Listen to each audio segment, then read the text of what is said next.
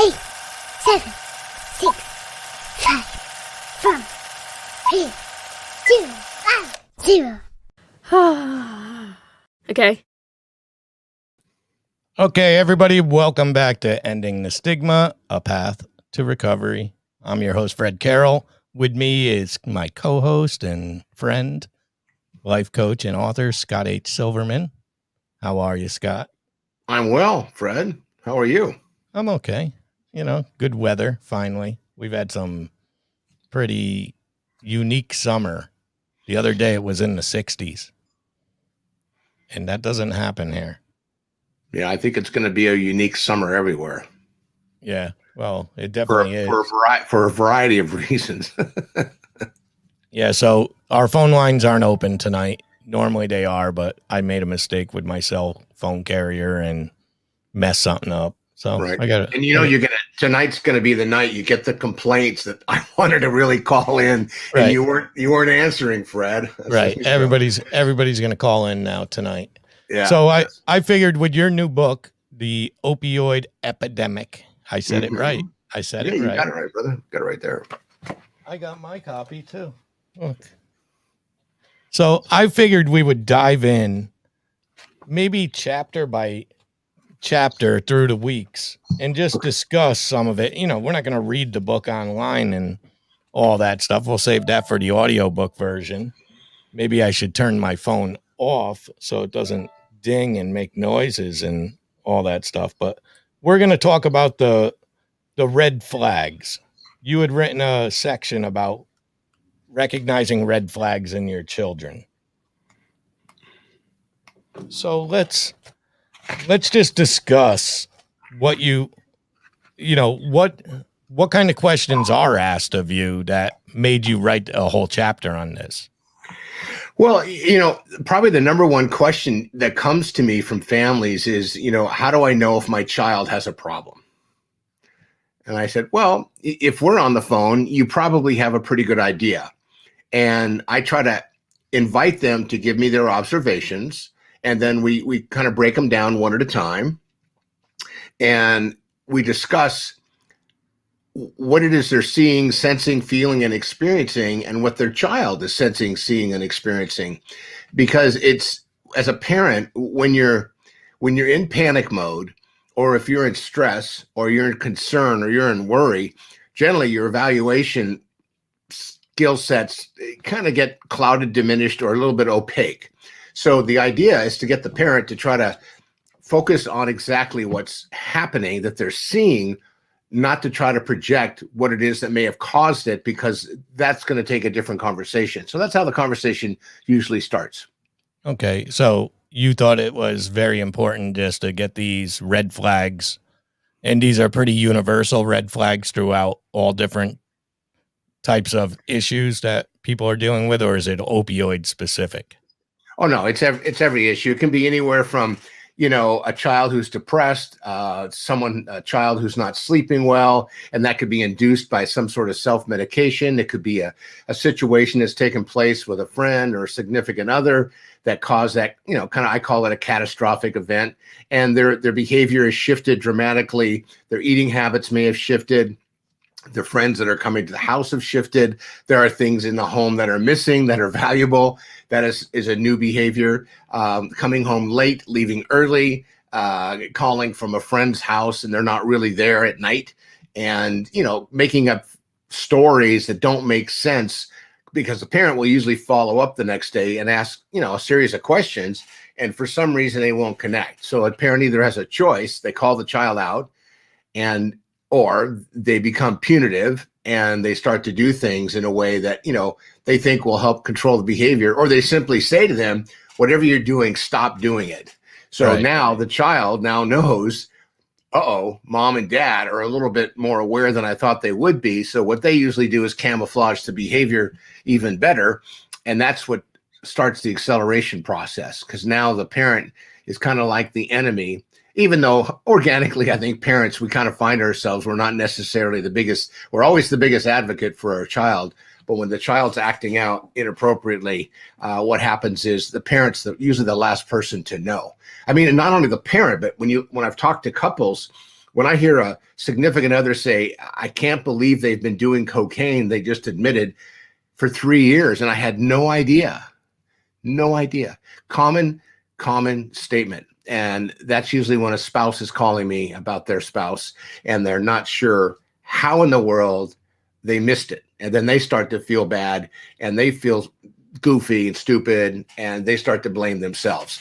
And what I try to do is intervene on that behavior because it's not helpful at all. At all. It doesn't help at all. And it doesn't help them focus on what next steps might be, not only for the person who's suffering, but themselves too, who are suffering as well.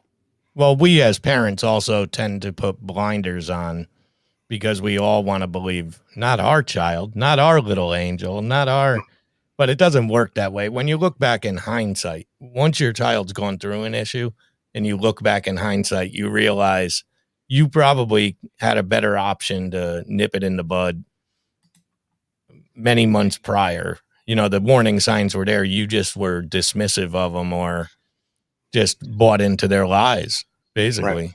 You know, or did something that you thought you should do to stop whatever it is that's going on that you're uncertain is going on because you don't know what it is, or you know what it is and you want to deny it, or you know what it is and subconsciously you're just denying it because you really don't know what to do. I mean, I just spoke to a parent the other day who's been talking about a child of theirs who no longer lives at their home, but it's been going on for 4 years. So one of the questions I asked was, if this has been going on for 4 years, how have you been processing it?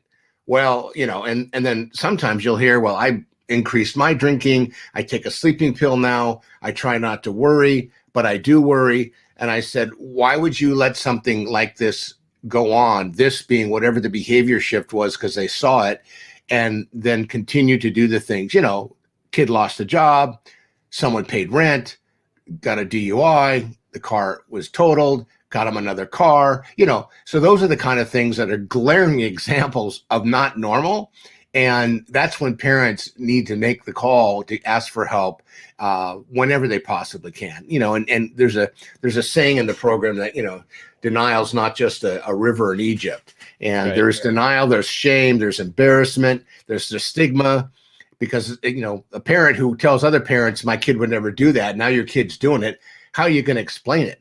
I mean, my attitude, what's the difference if we can get the child help? Meaning, if a child was having a seizure, you wouldn't ignore that it's going on. You would take immediate action. And if you don't know what to do, you take them to a medical professional immediately. For some reason, when it comes to the disease of addiction, self-medication, addictive, compulsive, you know, manipulative behavior of any kind, parents tend to, you know, push back a lot on it or just kind of hide behind the curtain because they don't know what to do, which is okay because who's trained for that? Yeah, nobody is. And you don't know what to do with your own child because each child is different. Even if the neighbor went through this, her advice doesn't mean it's going to work for your child because of the individuality of them and the time. You know, it could have been 20 years ago, the way we take care of things. And today, parents want to be their kids' friends so much. You know, you see it all the time with moms hanging out with their daughters and going out and drinking with them and all that stuff. I don't know if I'll ever be comfortable enough to do that with my children. Right. But I understand the value of wanting that connection. And many times, Fred, in a what I would, you know, label as an intact family, meaning there's two parents involved. Usually one of the parents will take the position, it's okay, they're a kid, that's what I did in high school and college, don't worry about it. And the other parent will say, well, I do worry about it because we see what's going on. Grade point average is dropping, attendance at school is dropping, there's new friends coming around the house, they're leaving, you know, earlier in the evening, coming home later, and they look like they're under the influence when they come home. And again, one parent will take a position to say it's okay. And then the parents are now fighting about what they need to do next. And, you know, literally another call I got this week, and I'm getting quite a few after the holiday, 4th of July, is my son, you know, was really inebriated. And it's only happened twice. Okay, so why are we on the phone? Well, because I'm concerned about it, because it's real. I said, okay, so is it possible it's happened more than twice? And is there something else going on? Are you actually being able to, are you comfortable sitting down with your child? Is your child comfortable sitting with you and maybe discussing some things? And usually the parent's the last one who's going to be the one they talk to. So that's where sometimes a neutral party can really be helpful, whether it's a counselor at school, a faith-based leader, an uncle, a sibling, another family member who has maybe experienced it that can talk with them. Or if you don't have that in your sphere of influence, maybe talking to someone you've heard who has a child who's had an issue, and then you can chat with them maybe about what they did. And what they did may not be the right thing to do, but getting informed, getting educated, it can only make things more effective in the communication piece if you're anxious about it and you're willing to learn other things from others who know how to process. I'm a good example. I'm the guy you call. You can call me. I'm a crisis coach. I'm an interventionist. I'm a family navigator. I'm someone who's dealt with this, population of people suffering from the disease of addiction for decades. So I'm an example, and there's hundreds, if not thousands, of people out there who do similar work. But I'm not a clinician, so I'm not the therapist you would go to, but I can help refer to people to therapists, psychologists, psychiatrists, depending on what's needed. And sometimes, when I hear a family say, well, we went to the emergency room because he seemed so sick. Well, if you're taking your child to the emergency room and, it wasn't because of a broken arm and something else is going on, you can talk to the doctor there, or even the nurse practitioner or nurse, because they see this kind of thing all the time, and they may have some ideas for you. Right. Now, what is a parent that isn't in doesn't have the finances to get their child out of an environment that they're stuck in? What are they supposed to do when they're working 2-3 jobs and don't have the time? Is this just because it happens all over the place? I got to imagine the inner cities and stuff like that. That's part of the problem, is they're in the culture of the drugs or the drinking or hanging out on the street corner and all that stuff. What is a parent supposed to do? Do you have any idea? My highest and best recommendation for parents who are busy, and look, we're all pretty busy today. So what I recommend is it's not necessarily the volume of time throughout the day.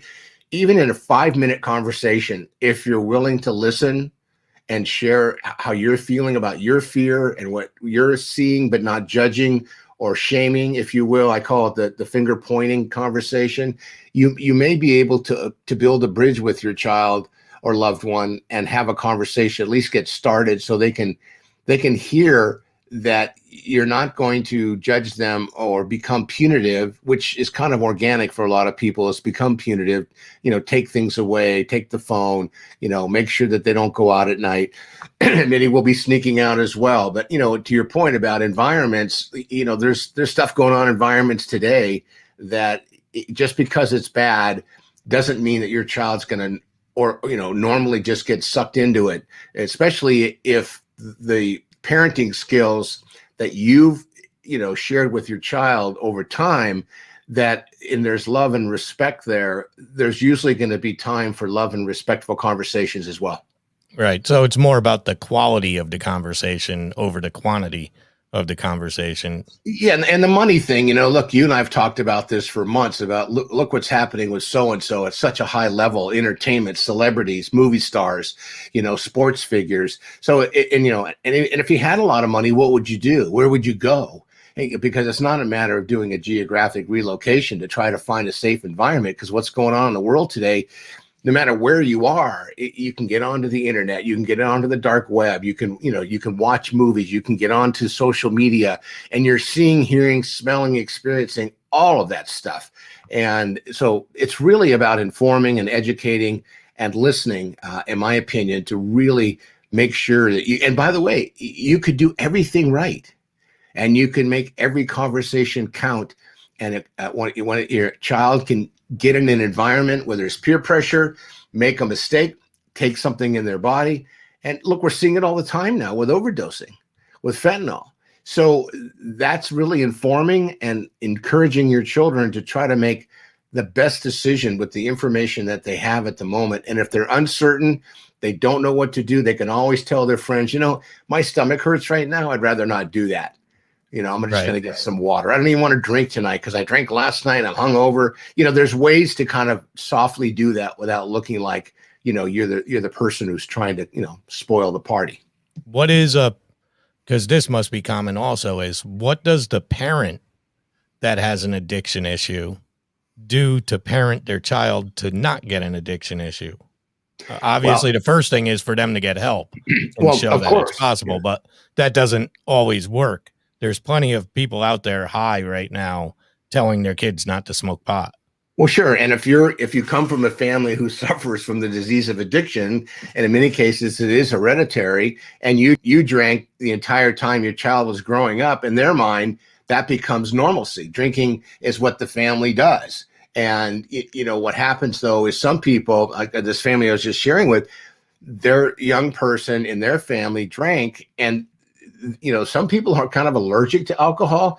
Some people can have 4 beers and they can go the whole night. Some people have 4 beers and they may go into a blackout. So that's where, the being informed and really encouraging your children to make the best decision they can with the information in front of them. And, I've even suggested to some parents that if their kid's in an issue, they can text their parent can call them, and the kid can take the phone call and say, I got to go. My dad's not feeling well. Whatever they have to do to get out of that environment. Because what you and I used to do when we were younger, what I used to do, because you're much younger than me, is, when I partied, it was different. And I don't say that because I say that, but what I'm trying to get to is what is in the party and at the party today is poison. It's different.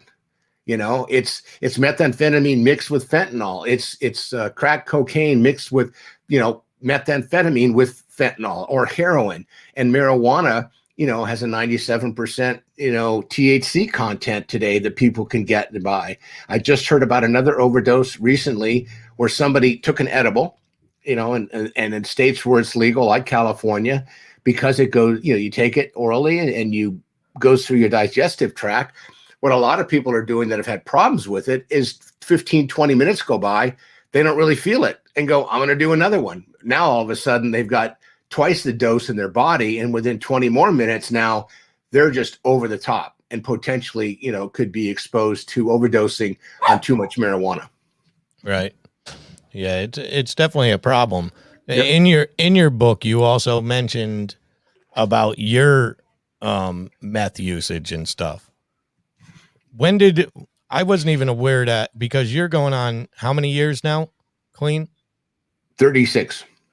So 36 years ago. So meth has been around for this long. Well, it started in actually methamphetamine. One of the first dosings were diet pills. And, once Mexico started manufacturing, it was different. But what's interesting about methamphetamine, pretty much like THC in cannabis, is methamphetamine is 10 times stronger than it was 10 years ago, meaning the level of purity is much higher. That's the problem today with the same party drugs that I use.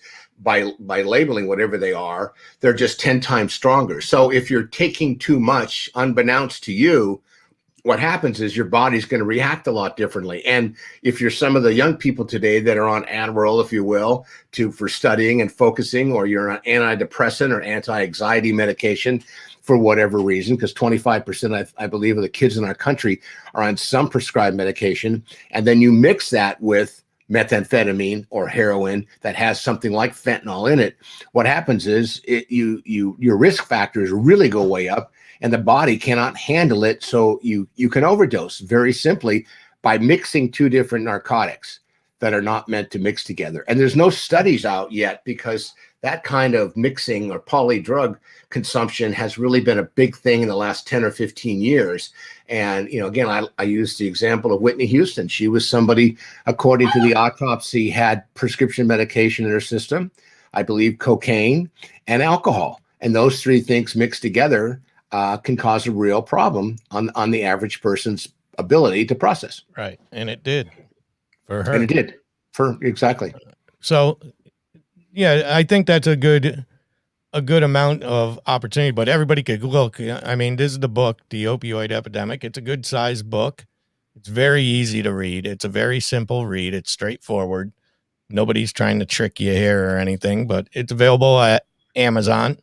I did appreciate the beginning of it. It was interesting reading you talking about it. What I got from it was it sounded like nobody was helping you because you were a productive addict. You were waking up for work. You were going to work. You were doing everything you were supposed to do. You got married. You did all the things right. And nobody was stopping you because you were okay at everything you did. Well, from the outside looking in, yeah, I was, based on what normal's defined as, I guess. I had a job, I had a mortgage, I had, and I met my wife, who, thank God, didn't like drugs. Otherwise, I probably would have been dead, and she and I are still together today. And, I'm trying to get her to read the book because I want her to flash back on some of the hell I went through and that she lived with, because I don't want to completely remember everything, and I don't remember a lot of things, but there are certain things there that, and I'm, I put all the book together, my voice, Judith Brills wrote it with me. She did most of the writing. I gave her the content and it's my voice, but, I've kind of been picking through it because I'm going to start doing like we're doing tonight, doing a chapter every week or every other week and talking about it. And the tools that are in there are all the experiences that not only that I've had, but the thousands of families I've spoken to. And as far as I know, there really aren't a lot of books out there that really kind of walk you through it. And, one thing I do in the beginning of the book is I put my phone number there saying, call me. And, I would think that my phone be ringing off the hook, but maybe, when we get the book sales up a little bit, Fred, we'll get more phone calls and people that are going, that makes sense. I had no idea. I connected the dots. I reached for help. I talked to my significant other. We have a plan now. And then I asked them, so tell me about your plan. I mean, the simple little tool that I've given probably 100 families is they create a contract with their child. Yeah. And, some smart kids oh yeah, I get it. Okay, sure. I got it, this and that. And I also suggest that families that do that, negotiate the contract. Don't come with a set of rules that, your kid's just going to kick and scream at. Sit down with your child and go, here's my outline. Why don't you put one together and let's come up with a plan together? Then they've got to buy in. So when you met your wife and all this, were you hiding all this from her through the marriage also, or was she aware that you had addiction issues? Because I was pretty open and always have been, I think, and it's interesting because she was my younger sister's friend who, we are 4 years apart. So she was never included in my party scene because no one brings, their siblings. 14, right. Yeah. She was too close to it. But when we first made the decision that we were going to spend the rest of our life together, what I said was, I'm going to do this, this, and this, because I like to do this, this, and this. Are you okay with it? But, I think what happened was, being a good Jewish woman, and I'm sure she'd confirm this, she felt like she could change anything she wanted. So she tried. She got rid of a lot of my friends. I remember after our honeymoon, we got back and she goes, here's a list of people I think we really need to remove from your life. She didn't say it like that. No, but that was the point. But what happened was, when I got sober, those people left anyway. Right. Well, you're no fun anymore. Well, not only that, them.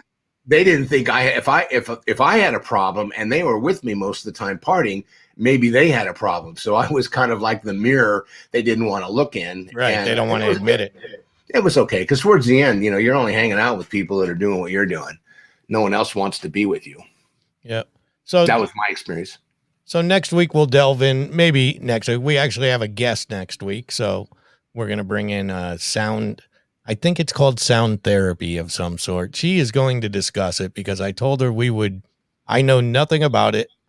I looked at her website and everything. She's very professional. I watched some of her videos, and it just intrigued me. It was relaxing. I'll tell you what, I was listening to some of the sounds. I just kicked back and was just it's kind of meditative. It's got a meditation type feel to it, and me, I don't get into the religious side of things. So, that's not the reason. And it's not a reason for me not to like something either. I don't mix it and assume it off, but we also want to thank or congratulate Nikki Six, who is 20 years sober now. And the only reason we mention these people are because they are of fame. And if that's a reason for you to stop, we're going to mention it. And Slash from Guns N' Roses is now 15 years sober. That's in great. the same week. And they both, what did he say? Nikki Six said, let me find it here. While you're looking for that, let me tell you, 10 years ago, if you and I were doing this, we would never bring that up in public. And if we did, we'd have their lawyers send us a letter and tell us that, they're going to sue us for, Right. whatever we have for defaming their client. And nowadays, there's a lot of pride around it. And you're right. The idea that they're sharing it just goes to show that A, there is hope and help. And B, if you do what you need to do, you can get clean and sober, and you can live a life as much fun and as long as you want. And you don't shorten it by, slowly killing yourself with self-medication. Yeah. So Nikki Six said on his Instagram account, he said, "You're going to stay sober one day at a time. You are the miracle, the one that breaks the addiction chain, the one who is living amends, the one who has altered your family history. And when you see people who are still suffering, treading water or gasping for air, be sure to throw them a life vest, because we give back now to those that are still afflicted and hope they too will pass it on one day." And you'll love this, Fred. One of the great messages, and the very first one, first one I heard was "shut up and listen." The second was, "We will love you until you can love yourself." And where else do you hear that? Yeah, you don't. But especially like you were saying, how 10 years ago you couldn't. These guys are rock stars. Where we grew up in an era, me and you, where the rock stars were telling us to do drugs. Now the rock stars are telling you stop doing drugs. And I think it's changed that much. So what we do, and many and millions of other people do to try to help addiction, is making a difference. That's the difference right there. The no shame. They're not feeling stigmatized anymore. He could still be a rock star without drugs. So if Nikki or Slash if you're a fan of them, I suggest, and you're addicted to something, I suggest you get yourself checked into your whatever way is going to work for you, and do it for them, because if they could do it, you could do it, is the belief I have, because I'm pretty sure these guys were Nikki Six is very open. He's died like 3 times of addiction from his addiction. So that we know of. Right. And those are what he's written about. So I did read an article about supporting. Let me see if I could find it here. Where did I put it? I just had, here it is. How to support adult children struggling with mental health. Now, I won't go deep into it, but I'm sure it's something that you've dealt with, where you get a call every now and then from somebody that says, well, my daughter doesn't live with me, but I'm pretty sure she has a problem. What do I do? Do you deal with that? You hear that a lot? Yeah. Well, it's usually, for the calls I normally get, is usually someone who's, drug induced or is acting out inappropriately. And most of them, I've never really met anybody that has a chronic, self-medication issue and suffers from disease of addiction that doesn't have mental health issues. It's difficult for the parent because they're helpless. And, I actually got a text from a family member yesterday that saw somebody, I think it was on Facebook, that was in trouble, and she actually went to try to find them on behalf of the parents here in the beach area, and actually found her and texted me, "What'll I do?" I said, provide them with some food and let them know there's hope and help, but be careful where you are, because you never know who's around them. So it's a tough one for parents. So what I do is I suggest the parent get some help to try to deal with the process that they're going through, because it can be a grieving process, and they may need some therapy and support, or get to a family support group. And most anonymous programs all have family support groups. Al-Anon, right. Narcanon, there are places you can go and be with other family members who've experienced what you're going through, and they can share their experience, strength, and hope as well. And sometimes just being less alone with it can be very helpful. Yeah, it does look like it. This still falls into certain categories that you were talking about, dealing with children at home. But one of the things that I read about this is, and it's very important for parents to know this, because the person you're talking to now is out of your house, out of your grasp, you have to show extreme empathy. And what they mean by that is don't lecture, because they could now cut off the communication. They don't have to answer your phone call. They don't have to come home tonight because they don't live with you, and all those things. So you have to be very careful how you approach this and not make it the temptation to lecture them about a story and stuff, because they will turn you off. But the other thing was to offer help gently, is how they say it, because the most important thing they said is, if you have the money, if you as the parent are financially well off, chances are your child that needs help is worried about the cost of treatment and stuff. If you could afford it, it says go ahead and take that burden off them. Remove that burden from them. It's still your child. Don't worry about if they're 38 years old. If you have the means, get them the help, because chances are they're not getting help because they can't afford it, is one of their reasons. So does that all sound? I hear that periodically, and I'm going to disagree with you a little bit, because what I think is, when someone is telling a parent, who potentially has the fiscal ability to support them, sometimes leveraging that support is a way to kind of bring them back, if you will. Meaning, if you're paying the child's rent, or they're paying for their car insurance and their gasoline and food and travel, sometimes just doing that is a form of enabling, which allows them to potentially purchase the self-medicating materials that they're getting a hold of. And when a kid says, oh, gee, mom, dad, I don't want to spend the money on treatment. Well, wait a minute.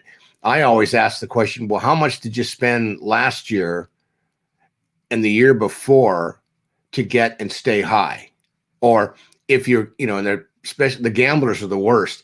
Well, I can't afford it. Well, wait, you just told me, executives, professionals, when they say, I just can't afford treatment, I don't have medical insurance.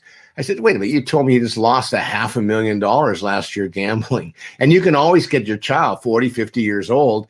You can get them an insurance policy and pay for that for 6 months.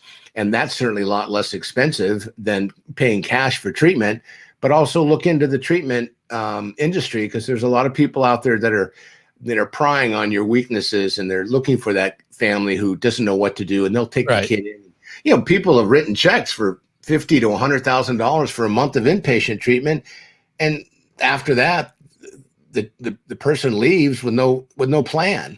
And they're going to go back to doing what they were doing. And the studies show 95% will relapse if they don't have a continuum of care, or they don't have a plan in place. Just like a diabetic, you get diagnosed. If you don't check your blood sugar level and you don't maintain the level of insulin in your body that it needs, you're going to have setbacks. So that's why a plan's important. That's why talking to an expert's important. So at least you get educated and you can make an informed decision as a parent. Yeah, a lot of it, reading the article and scanning through it again, a lot of it, I know you disagreed with that one part of it, but it looks like that's their level once you've already established the other 3 steps to where it was admitted already and you've already had discussions about it. Usually they're saying the child will, if the child comes back to you with, yeah, but I can't afford it, and by you the way, do have the means. Let me interrupt, Fred. There are almost every major metropolitan community in this country has some sort of county, city, or state or federally funded program. So not having the money is not an excuse.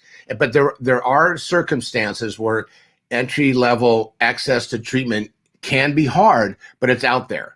And there's even the large treatment centers who you see promote. Sometimes you could call them and ask if they're willing to scholarship somebody. They do that for goodwill. They do that for public relations. So my point is, no, never give up. And if somebody doesn't have money, we have it in San Diego, 3.3 million people. There are county funded detox, inpatient residential programs, outpatient programs, medication assisted treatment programs, harm reduction programs, clinicians who will see somebody if they can prove they don't have an income. But the process can be cumbersome. The process can be frustrating. But again, that's the education and being informed, because it's out there. So the money shouldn't be a barrier to treatment, because the person who's not getting help, things are not going to get better on their own.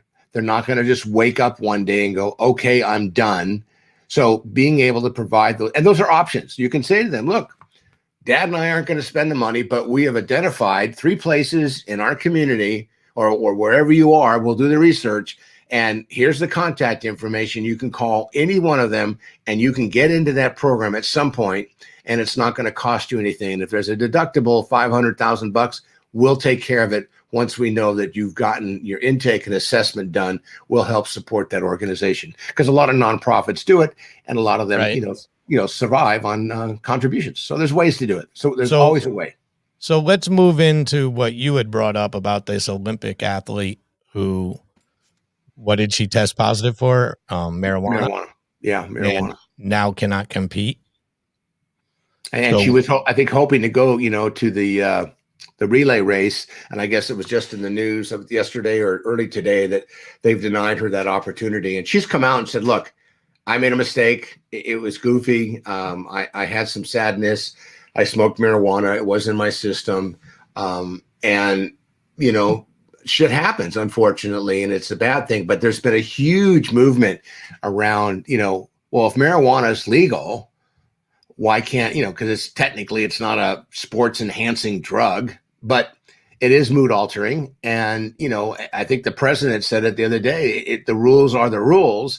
And my hope would be for her, for being honest and owning it and coming forward with it, she will help let people know that I don't know if she called it a mistake that she made, but she looks back on it now, I think, and does.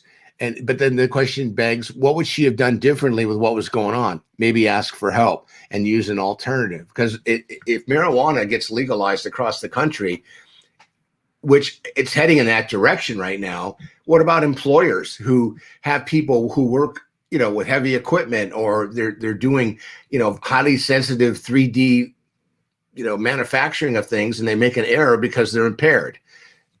It's going to be a big issue. The VA is talking about it nationally right now, potentially using marijuana as an alternative to opioid addiction. And the science says that doesn't work. So again, information highway, has got to be open, and people have got to do some research. So I feel bad for her. And I know that I believe she'll come out of this stronger. She'll come out of this brighter. And I think she's going to be a spokesperson for young people for a long time, about what she learned and what not to do. So maybe her act will become influential on hopefully hundreds, if not thousands of others, young people, to maybe not pick that up and use that as a tool. Marijuana. Right. And I do see both sides. I do have opinions on both sides, because I do follow those rules, that the rules are there. She broke the rule. It doesn't matter whether it's legal or not. I'm assuming she couldn't show up, but I wonder, what if she was a great runner when she was drunk? Do they test for alcohol? No, there's no alcohol test at the end for these athletes. So I wonder, that's where it's such a weird thing, because we just went legal here in Connecticut, and now there's all these parties being thrown at bars and stuff, and all our freedoms and all this stuff. But I'm okay with it, because I do go by the fact that you're not stopping people from smoking pot if that's what they enjoy to do, smoking pot. I also believe I've never seen man kills family of 4 high on pot. It's not that type of a drug, if you want to call it a drug. I don't even know if it's a drug technically. Is it a drug when it's legal? I don't know.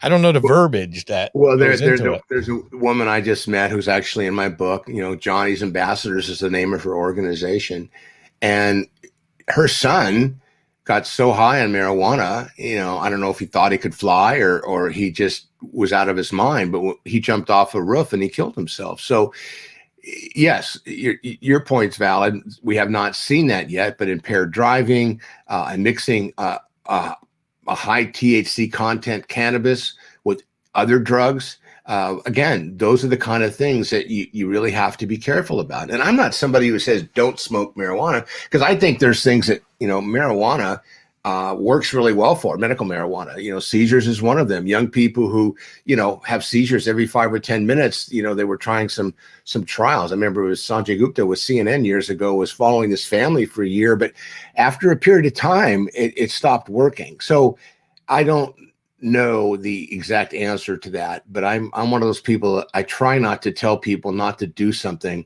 What I tell them to do is just get informed before they do something, so they're not going to harm themselves from doing it.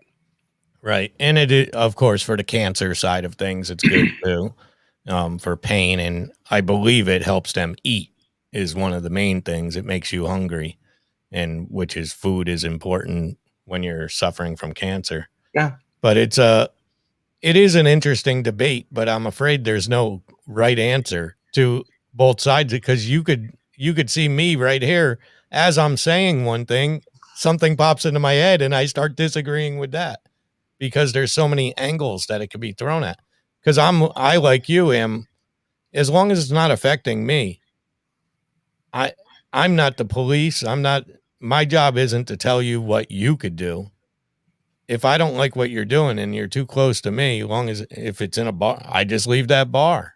I could leave that area. And that's how I try to live my life. But when we're trying to help people here by educating them some and letting them know, I guess that's the best way. I mean, go online and educate yourself about THC and the intake of it, what it does to people, because it doesn't affect everybody the same, and use it responsibly. I guess it's Right. legal. If it's legal, it's legal. I mean, alcohol is legal. I still go on record as saying, with a gun to my head, I'd rather my kid be a pothead than an alcoholic. Gun to my head, is something that would be a decision I would have to make. That's one I would make. But let's talk real quick about something I deal with, because we like to get real here sometimes and we talk about your issues all the time. Let's talk about some of my issues. So one of them that I have, and I've had this for a long time, I don't completely fall into the inferior complex signs, not all of them, but I do have a pretty deep case of inferiority complex. Uh-oh, the dogs. Those are the dogs. What are your dogs' names? Oh gosh, they are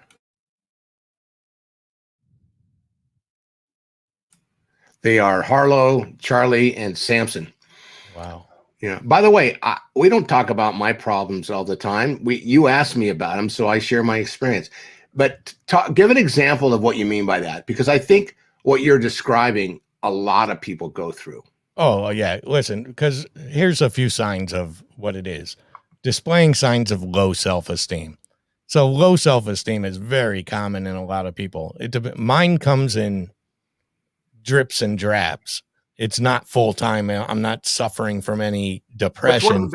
What's one of the big triggers, though, that if you could put your finger on something, every time this happens, that happens? There's something that really is outstanding for you that causes you to experience that? Well, I could tell you, I think it's my upbringing. I don't think being abused as a child helped with self-esteem, but it's always been, I never felt like, I think it might be my education level. Technically, I have an 8th grade education level. Technically, I did go back and got a GED and did some college courses, but for schooling purposes, I dropped out as a freshman.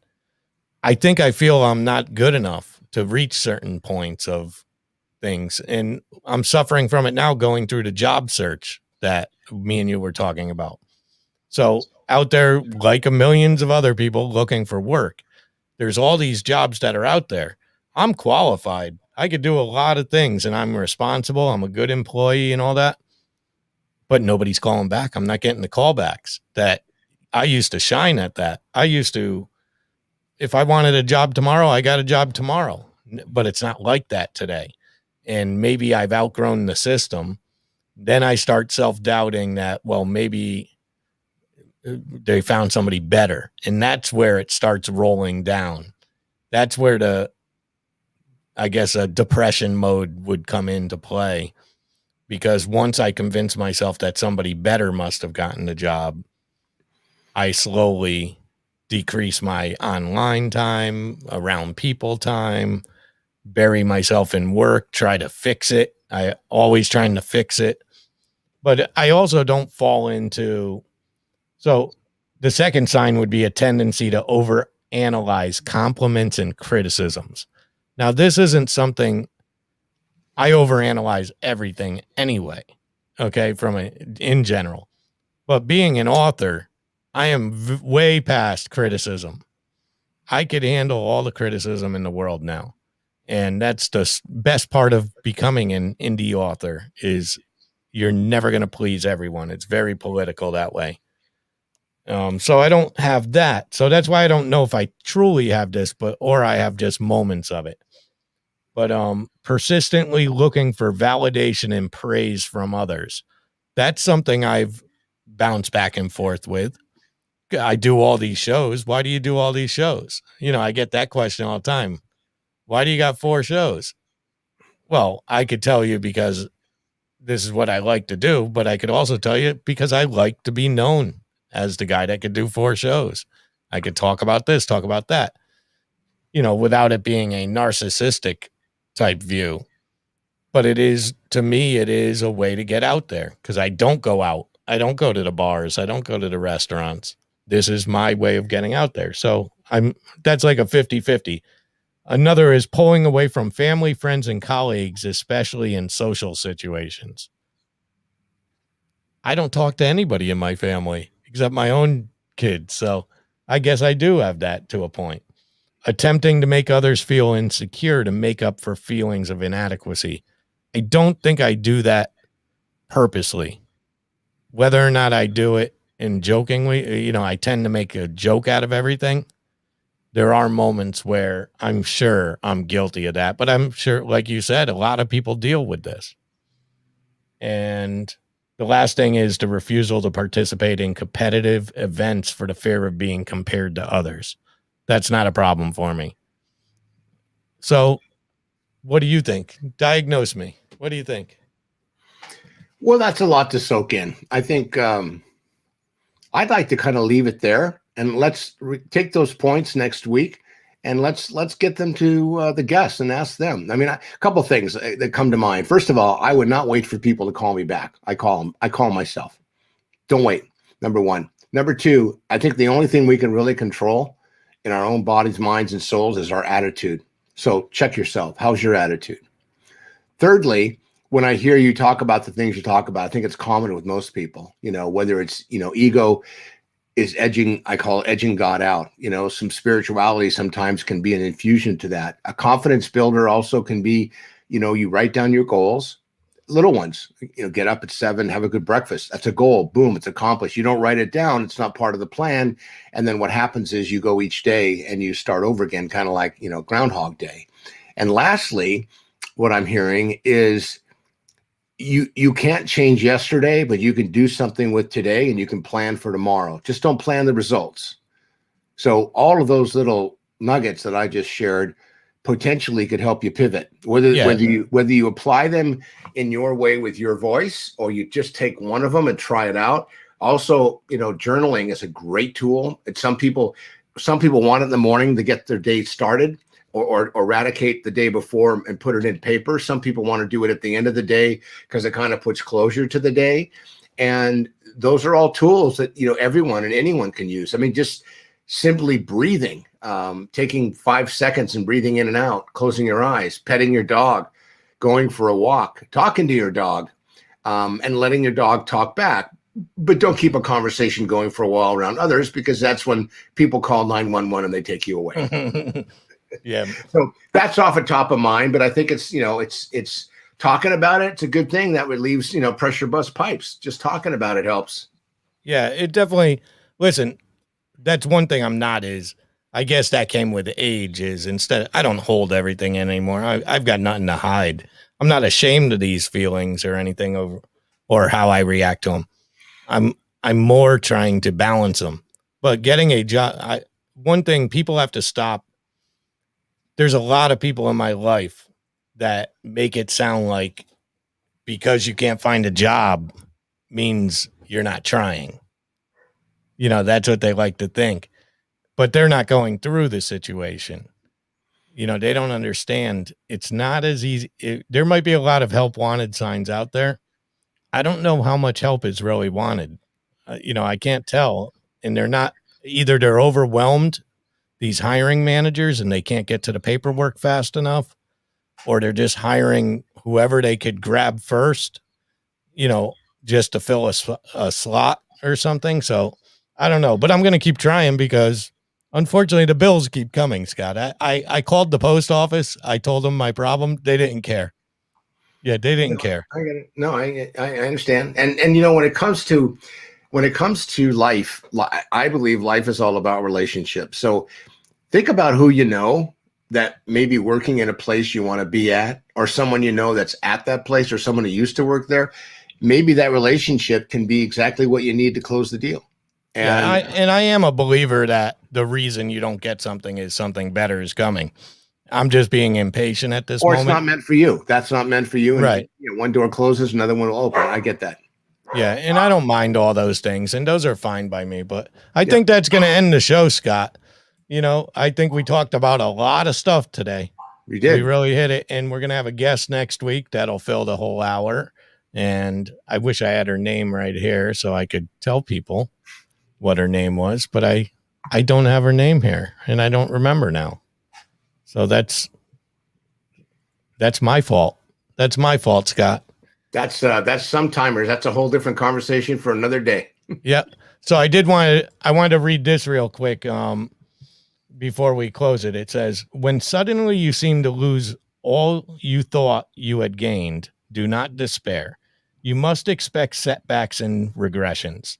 Don't say to yourself, all is lost. I have to start all over again. This is not true. What you have gained when you return to the road, you return to the place where you left it, not where you started. And that's by Henry Newen from The Inner Voice of Love. And I just thought it made sense today. Very good. So that's ending the stigma. Scott's a great guy, according to a Facebook user. I see your wife must be on. No, she's actually working. It's not her. Oh yeah, I forgot. It's only 4:52 where you are. Yeah. Beautiful San Diego. But that's it for ending the stigma path to recovery. We're here every Wednesday, tentatively for now, until I find a job that doesn't fit into it anymore.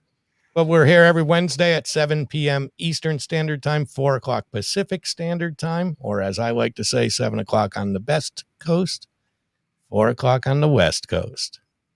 And that's it. Okay, Scott, nice seeing you again. All right, buddy. And I will talk to you soon. Goodbye, everyone.